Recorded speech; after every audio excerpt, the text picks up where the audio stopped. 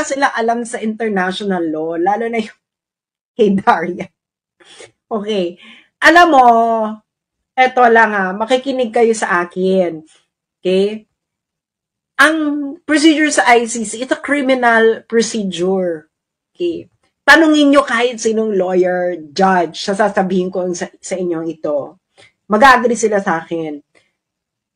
Sa kahit anong criminal trial, actually, pabor ito parate sa accused. Yung karapatan ng accused talaga, sinisecure talaga yan. Always remember that. Because no one can be deprived of life, liberty, and property without due process of law. And that applies in the ICC. Ang ICC, it's simple an extension of common criminal law principles sa buong mundo. Okay? So, kasama yan, yung principle na yan, na the rights of the accused will be respected at all times, all throughout the proceedings. Because ang standard ng criminal law ay, anong standard ng criminal law in order for you to be convicted? Ano? Proof beyond reasonable doubt. Hindi lang proof beyond reasonable doubt. Kailangan the entire proceedings has been fair. Okay? Ngayon, merong rules. Okay? May rules of court. Yung mga lawyers dyan, makinig kayo. Alam nyo ito. Huwag tayong magmaang-maangan. Kahit yung mga din-din dyan na, hindi ko na sabihin, pero may kapitbahay ako na nang molesta siya ng estudyante niya nung 80s. Charot. Anyway, meron yung rules, di ba may rules of court nga tayo eh. Papaliwanag ko lang kayo sa Pilipinas ha. And this applies to all criminal, in all jurisdictions. Yung procedural fairness, ibig sabihin, the entire procedure, dapat irespeto ito. Dapat, kasi nga dinideprive mo yung tao ng liberty eh. So dapat, meron kang justification kung bakit may i-deprive yung liberty ng tao, and dapat ito ay compliant sa kanyang karapatan. Okay? Lalo na accused pa lang eh. Duterte is still an accused person. Hindi pa po siya convicted. Kaya, yung buong karapatan niya applicable. Okay? Only when you are convicted that your rights are actually curtailed. That's very basic principle in criminal law. Kayo naman mga law din dyan. Well, don't use your emotions. Use your logic. Okay. Now, ipapaliwanag ko sa inyo ang nangyari. Okay? Eto, malinaw na malinaw sa inyong lahat ang nangyari. Kayong mga pulis, makinig kayo. AFP, makinig kayo. Okay? I-share nyo ito sa mga sundalo ninyong kasama. Dahil yung commander-in-chief ninyo, inabuso kayo. Hindi sila nag-comply sa arrest proceedings mismo ng ICC. Ikaw, Enrile, makinig ka. Okay, may mga pa-comment pa ka pa na international law. Hindi mo naman alam yung international law. Enrile, makinig ka nang may matutunan ka. Diyos mio. Okay. Eto bibigyan natin yung facts. Okay, facts muna tayo, facts. Okay, anong ginawa nila? Inaresto nila si Digong. Dinala saan? Dinala si Digong pagka-aresto. Saan? Saan dinala? Isulat nyo nga, saan dinala si Digong nung inaresto siya? Saan siya dinala? Saan po siya dinala? Saan po siya dinala? Si Digong nung inaresto siya. Saan siya dinala? Hindi ba sa Villamor Air Base? Dinala si Digong nung inaresto siya by virtue of arrest warrant ng ICC, dinala siya sa Villamor Air Base. Tapos nandun si Torres, binabasa-basahan pa niya ng right si Digong. Tapos si Digong ay isinakay sa aeroplano at inilabas sa Pilipinas, and the airplane now is going to on route to Rotterdam sa Netherlands. Okay, Rotterdam is just a city next to The Hague. Kaya sa Rotterdam yung dinala kasi I believe ang Rotterdam ang airport sa Rotterdam ang tumatanggap ng chartered flights. Anyway, so yun ang facts. May ICC arrest warrant daw. Kinuha si Duterte, dinala sa Villamor Air Base. That's a fact. Nakita nyo yung lahat. Ano ang arrest proceedings ng ICC? Makinig ka, Enrile, itong international law. Okay. Ano? Eto. Papabasa ko sa inyo. Article 59. Ito ang arrest proceedings ng custodial state. Ito ang batas. In really, itong international law. Makinig katanda. Article 59 ng ICC. Meron pong procedure of arresting an accused. Okay, meron. Batas ito na. Let's work under the condition na nasa jurisdiction tayo ng ICC. Kaya kung wala tayo sa jurisdiction, edi lalong mas mali yung pagkakaresto nila. So, assuming for the sake of argument na ang Pilipinas ay under sa jurisdiction ng ICC, meron pong arrest proceedings ang ICC. Ano ito? Nandito ito sa Rome Statute and really, magbasa ka! Magbasa kayo, PNP, magbasa kayo! Bong-bong, wag puro singhot. Article 59 ng Rome Statute. Anong sinabi ng Article 59.1? Ito ang procedure, procedure.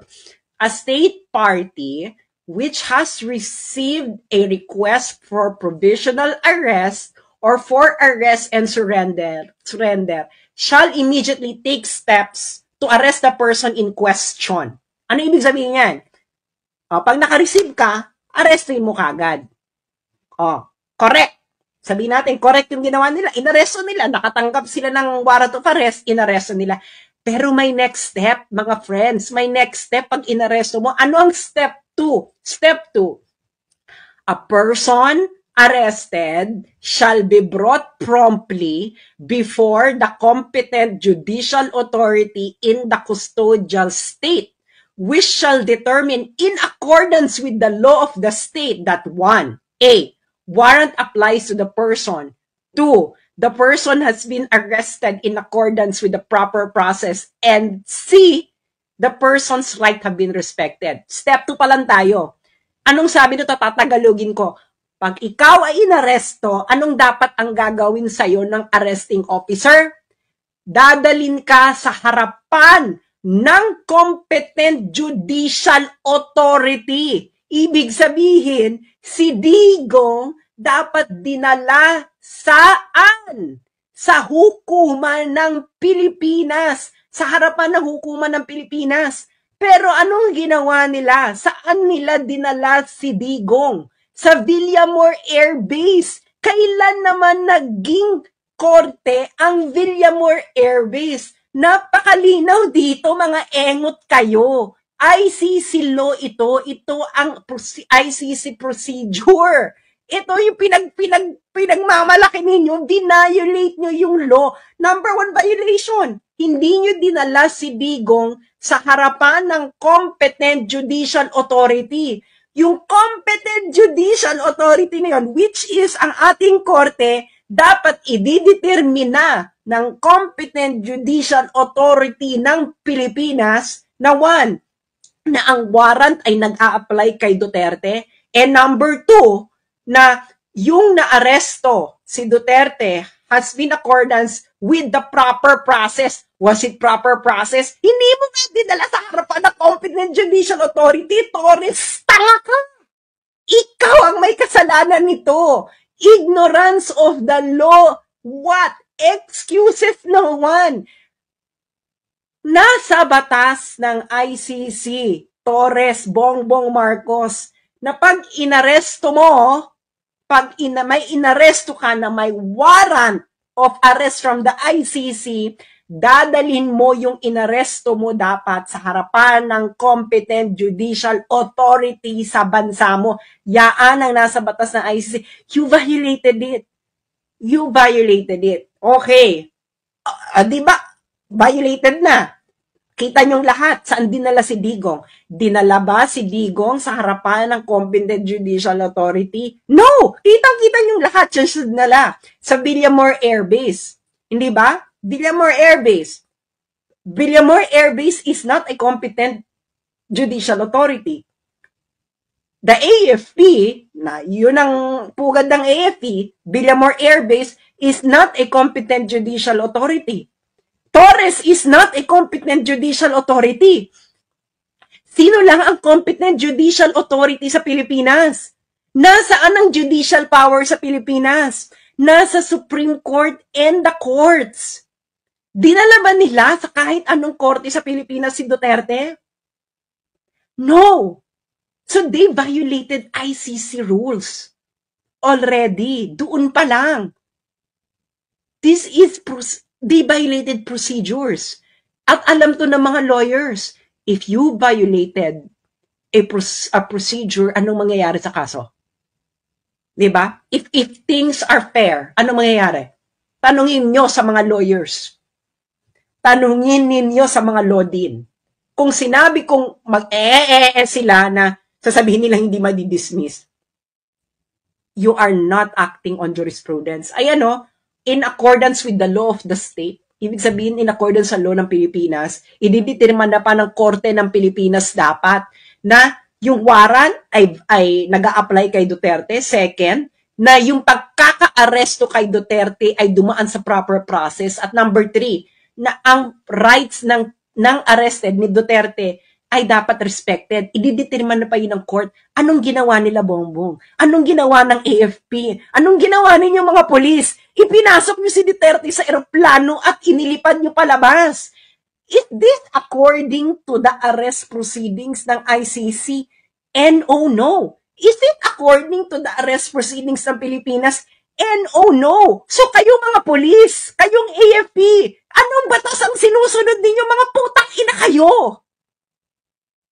Sabihin nyo sa mga Pilipino, anong batas ang sinusunod ninyong mga putang ina kayong mga sundalo at mga pulis sa ginawa nyo kay Duterte? Batas ng Pilipinas? Definitely no. Batas ng ICC? Definitely no. Dahil ayon mismo sa ICC, dapat ang inaresto ninyo ay dinala mismo sa harapan ng competent judicial authority ng Pilipinas. At yung competent judicial authority na yon, dapat ay aalamin pa na ang warrant ay nag-a-apply kay Duterte, ang arrest proceedings ay proper, at ikatlo, ang rights ni Duterte ay respected. Hindi nyo ginawa yan. So definitely, kayong mga sundalo, kayong mga pulis, anong batas ang sinusunod nyo? Explain it to the Filipino people.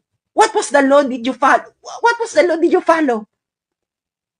Illegal. Everything that you did is illegal. You are not following the Constitution. You are not even following the ICC statute. So what are you following, kayong mga sundalo at mga pulis? Magising kayo. Ngayon, okay, nag-violate na sila doon. Hindi ba? Nag-violate na sila noon. Hindi nila iniharap si Digong.